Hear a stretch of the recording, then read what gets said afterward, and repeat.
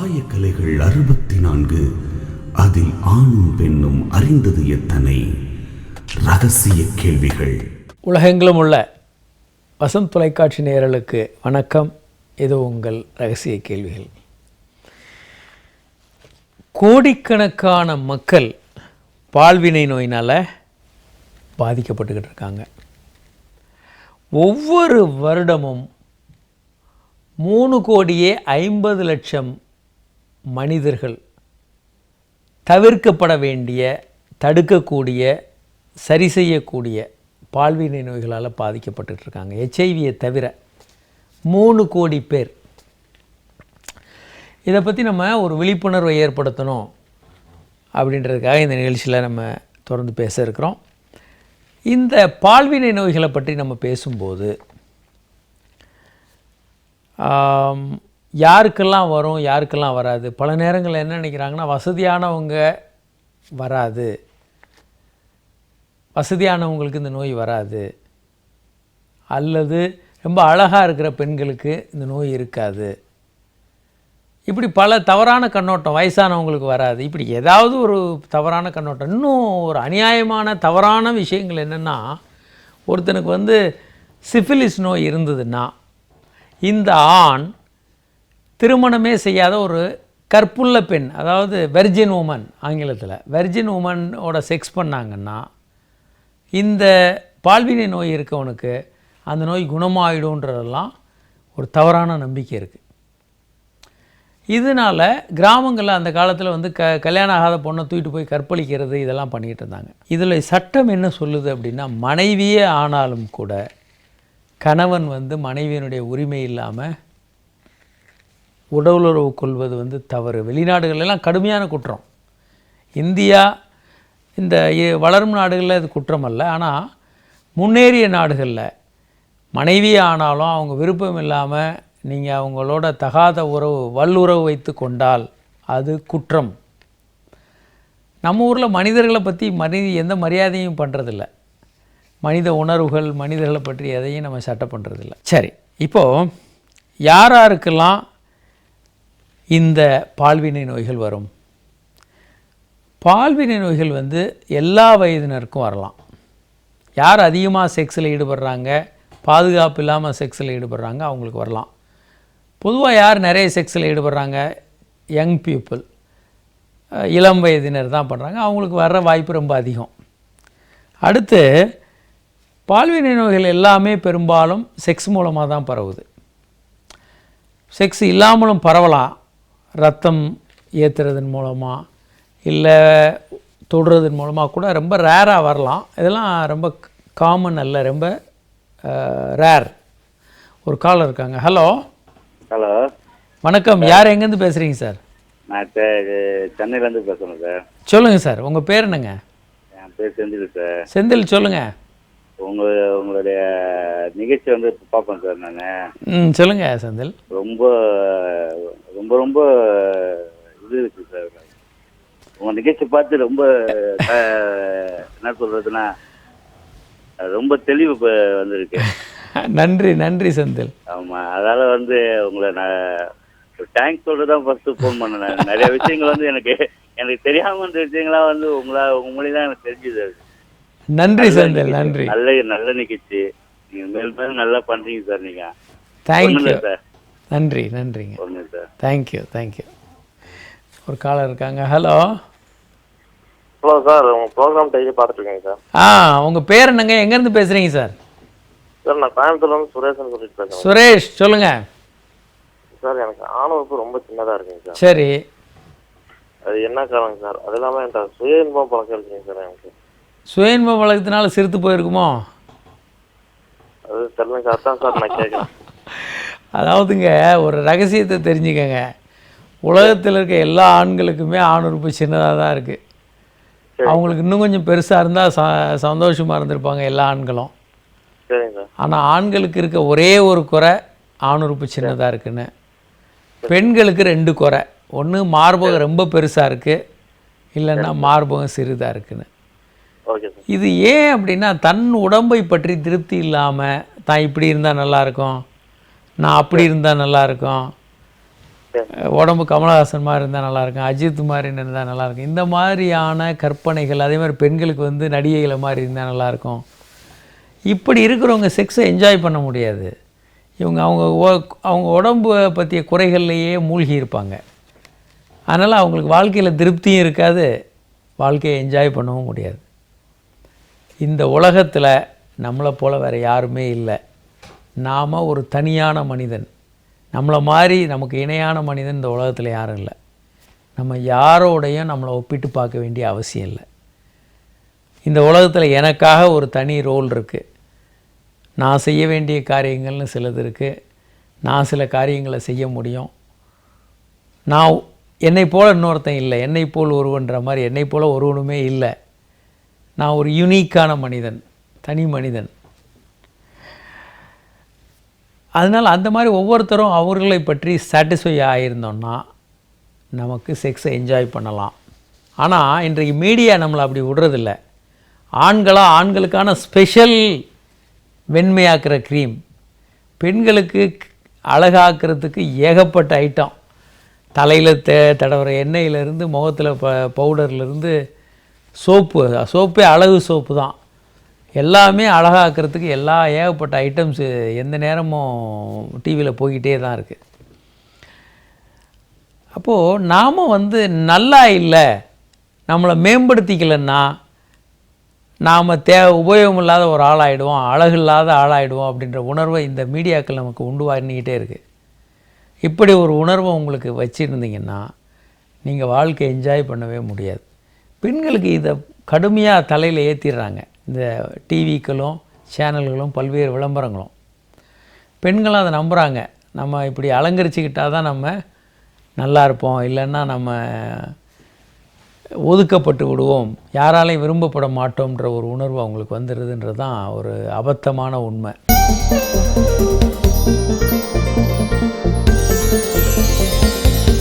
ரகசிய கேள்விகள் இடைவேளைக்கு பின் தொடரும்.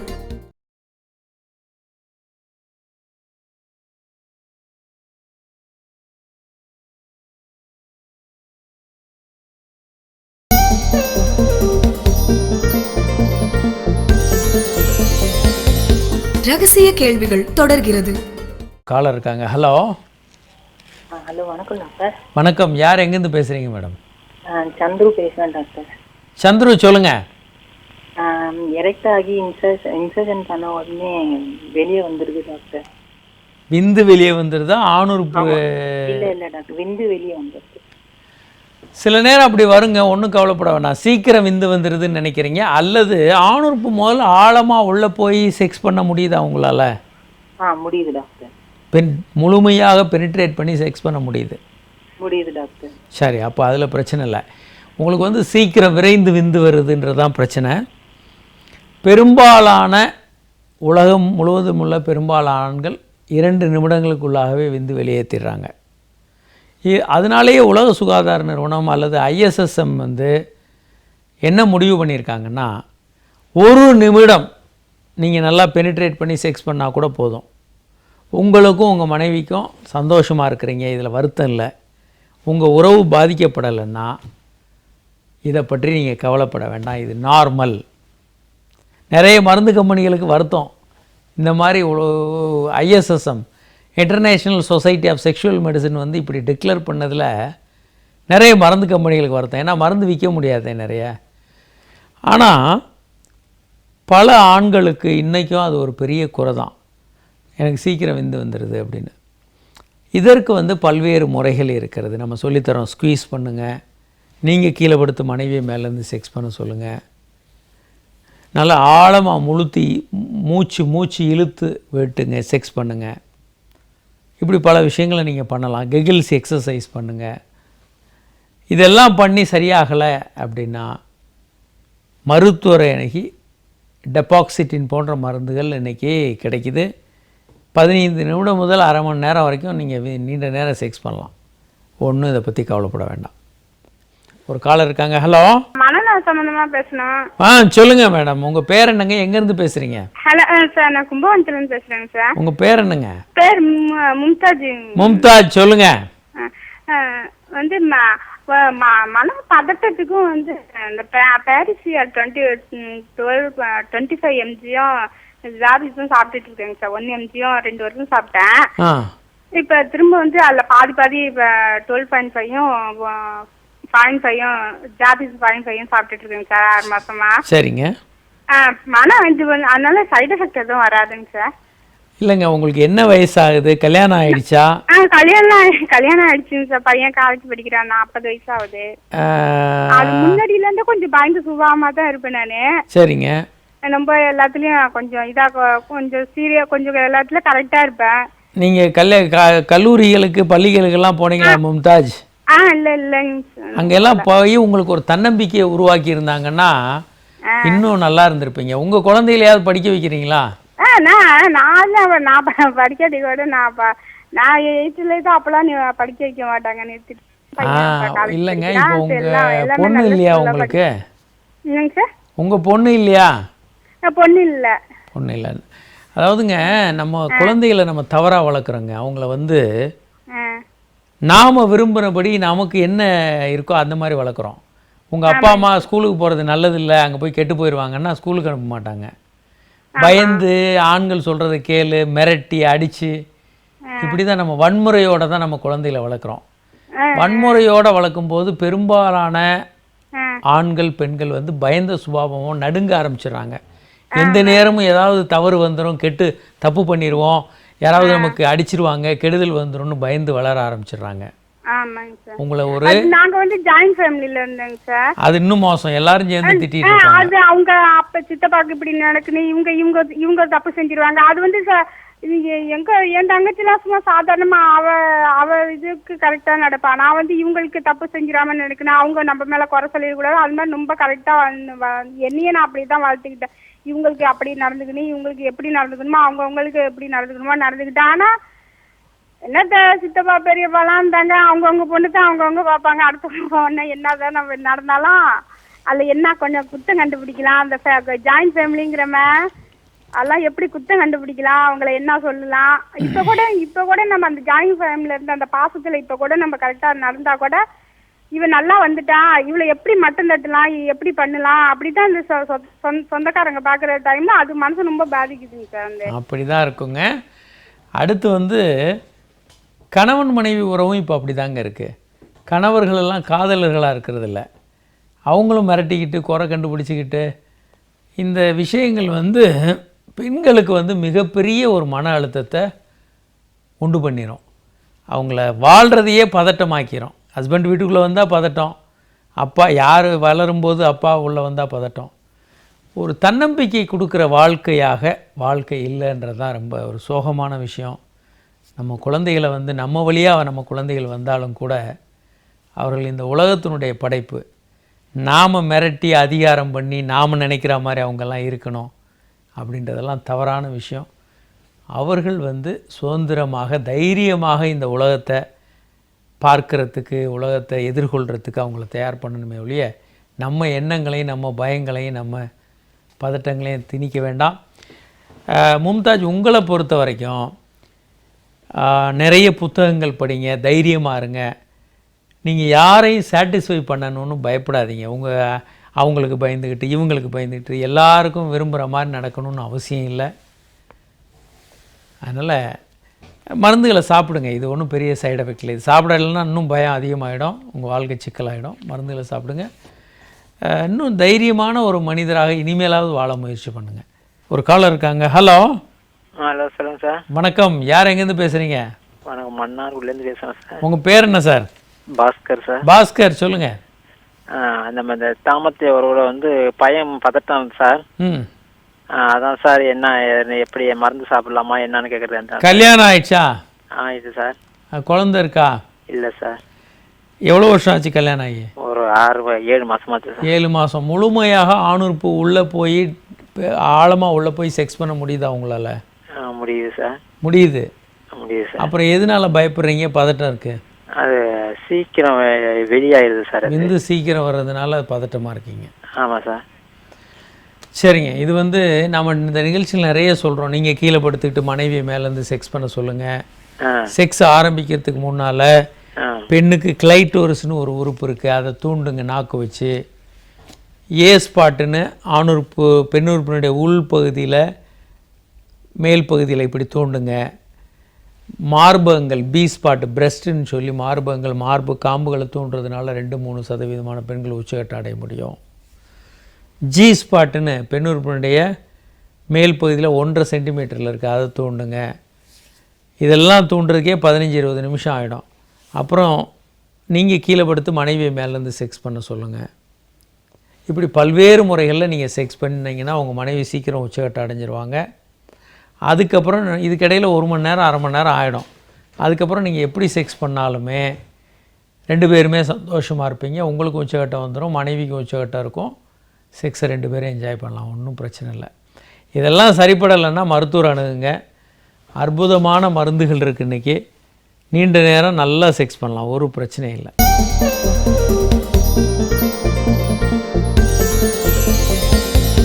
ரகசிய கேள்விகள் இடைவேளைக்கு பின் தொடரும்.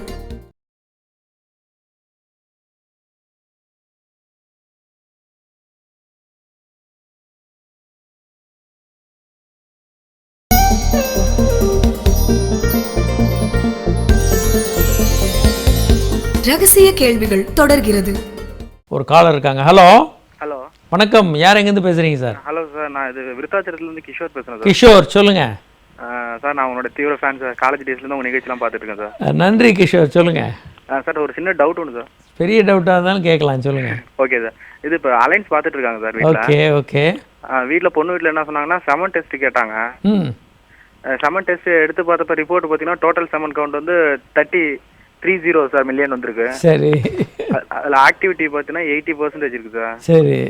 இப்போ எப்படி சார் குழந்தை பிறக்கிறதுக்கான வாய்ப்பு இருக்கா சார்? இதெல்லாம் குழந்தை நல்லா பிறக்குங்க. இப்படியெல்லாம் பார்க்குறதே தப்புங்க. முதல்ல என்ன பண்ணணும்னா, ஓகே சார், 2 பேருக்குமே உங்களுக்கு ஒரு ஹெச்ஐவி டெஸ்ட்டு, உங்கள் மனைவிக்கு அந்த பொண்ணு பார்க்குறீங்களே அவங்களுக்கு ஒரு ஹெச்ஐவி டெஸ்ட் வேணால் எடுக்க சொல்லலாம். ஏன்னா ஓகே சார், வேறு வேறு ஏரியாக்கள்லேருந்து வர்றாங்க. இன்றைக்கி வந்து செக்ஸுன்றது சகஜமாகிடுது. ஓகே சார், பால்வினை நோய்கள் எதுவும் இருக்கான்னு பார்க்கலாம்.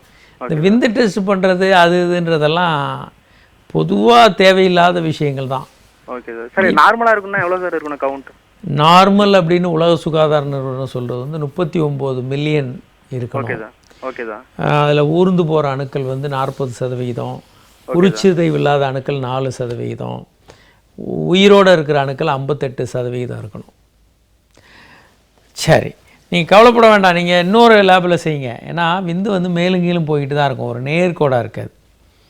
அதனால் இன்னொரு லேபில் நீங்கள் மறுபடியும் டெஸ்ட் பண்ணுங்கள். விந்து டெஸ்ட்டு ப்ராபபிளி உங்களுக்கு நல்லா வரலாம். ஒருத்தருக்கு விந்து கம்மியாக இருக்குன்னா 3 முறை டெஸ்ட் பண்ணணும். 3 முறையும் கம்மியாக இருந்தால் விந்து கம்மியாக இருக்குன்னு எடுத்துக்கலாம். இல்லைன்னா அதை பற்றி கவலைப்பட வேண்டாம். இப்போது எல்லா வயதினருக்குமே பால்வினை நோய்கள் வரலாம். அடுத்து வந்து ஒரு வருடத்திற்கு 34 கோடி பேருக்கு உலகம் முழுவதும் பால்வினை நோய்கள் வருகிறது. இதை வந்து ட்ரீட் பண்ணிடலாம். 1/2 கோடி 50 லட்சம் மக்களுக்கு வந்து ஹெச்ஐவி தொற்று வருகிறது ஒவ்வொரு வருடமும் அப்படின்றத உலக சுகாதார நிறுவனம் ரிப்போர்ட் பண்ணியிருக்காங்க. 30 வகையான பால்வினை நோய்கள் வரலாம். பாக்டீரியானால், வைரஸ்னால், மற்ற தொற்றுக்களால் 30 வகையான அல்லது 30க்கும் மேற்பட்ட பால்வினை நோய்கள் வரலாம். இதில் வந்து